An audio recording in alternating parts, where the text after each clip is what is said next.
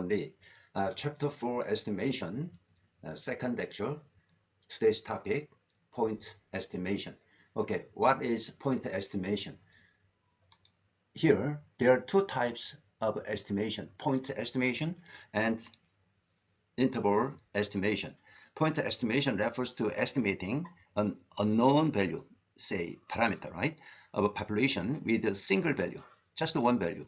Whereas interval estimation refers to estimating the range within which the parameter lies. First, let's explain point estimation. In the previous example one is how long will it take to get to the top? Okay, when climbing a mountain, sometimes the climber has this kind of question: how many minutes left to get to the summit, right? So that is, say, estimate the length of time, how many minutes it takes to reach the summit. You might ask people coming down the mountain because they have experience. When you ask to several people, how long does it take to reach the summit, and summarize their answers will be sample. Okay, you would conclude it will take about 35 minutes. Oh, many person says answered 25 minutes, 40 minutes, 30 minutes, something like that. So you will conclude, summarize their answers. So, oh, it will take about 35 minutes. In other words, that if the time taken to reach the summit is represented by the random number x, okay, there is a mountain. So you are here. Then how many minutes left to the summit? Okay, to top. That is random variable x, time to reach the summit. Then your question is expected value of x. That is mean, right? So estimate the average of x, mu, using the sample. Sample, in this case, several people's answer. As you know, the best point estimator for mu is capital X bar. We know that. We studied it. In practice, to point estimate the parameter mu, okay, we need actual value and sample value obtained. So realized value x1, x2, xn. Okay, and estimate mu using the calculated x bar. From here, you get n many realized values. You can calculate the x bar, right? Then x bar is estimated value of mu. But there are many samples possible. This way, that way, this way. This is population. This is x, and so many samples possible. So each sample will have x bar. For this sample, another x bar. Okay, 1, 2, and so on. X bar, very big one, very big number.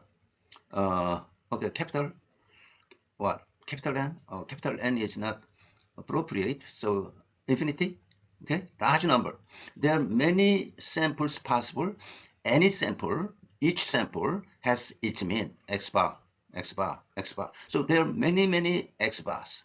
But you only get one sample, x1, x2, xn, and you calculate only one sample mean, x bar. Okay? Then, how can we estimate mu with a single sample mean small x bar? Let's address this question. Let's see.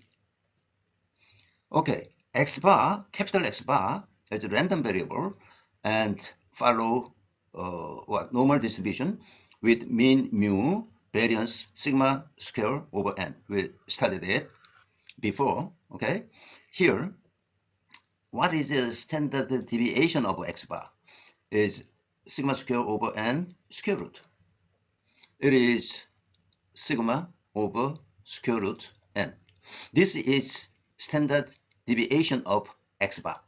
But we said we called standard deviation as standard error of X bar. The standard deviation of a statistic, X bar is a statistic, is called standard error. You will see this terminology, standard error, okay, standard error here and there when you use computer and try to analyze the data, statistical analysis. Okay, see this graph, X bar is here, random variable. As I told you, there are many small X bars here, many X bars. Okay, first see this graph, this one. Then the center is of course mu. Then this size is what? Standard deviation of X bar, say standard error, sigma over square root of n. Okay, and there are many small X bars. And each distribution shape is normal distribution, like this, right? You get it? Then, when n is large and large, n gets larger, then this value, standard error, gets smaller and smaller. So n becomes large. The sample size large, then the distribution, normal distribution, will be picked like this, okay? Because n is larger than this case, then the normal distribution, the range of normal distribution is just get smaller. So this much. This is in that case sigma over square root of n. Okay? Extreme case, n approach infinity, then what is it? Sigma over infinity. It is 0, right? So what that means is 0 means no dispersion, no spread. In other words, single value. What? Mu. Here. N is infinity, then standard error near 0. In other words, coincide with X bar will coincide with mu, right? One value, mu. And it is, reasonable because small n is infinity, then in other words, get all population for sample, right? So big one, more than before, very big one, when X bar is around here, small X bar around here, and you get 1 of X bar, realized sample mean, it's just near mu. So mu can be estimated by your sample calculated mean X bar, 1 X bar. You understand this one? So it is in theory, and you can understand this kind of graph. You can understand why we use X bar as an estimate of mu. Okay? I hope you understand this graph, and you understand standard error. Standard error is a new terminology. Okay, this is it today. Thank you. Bye.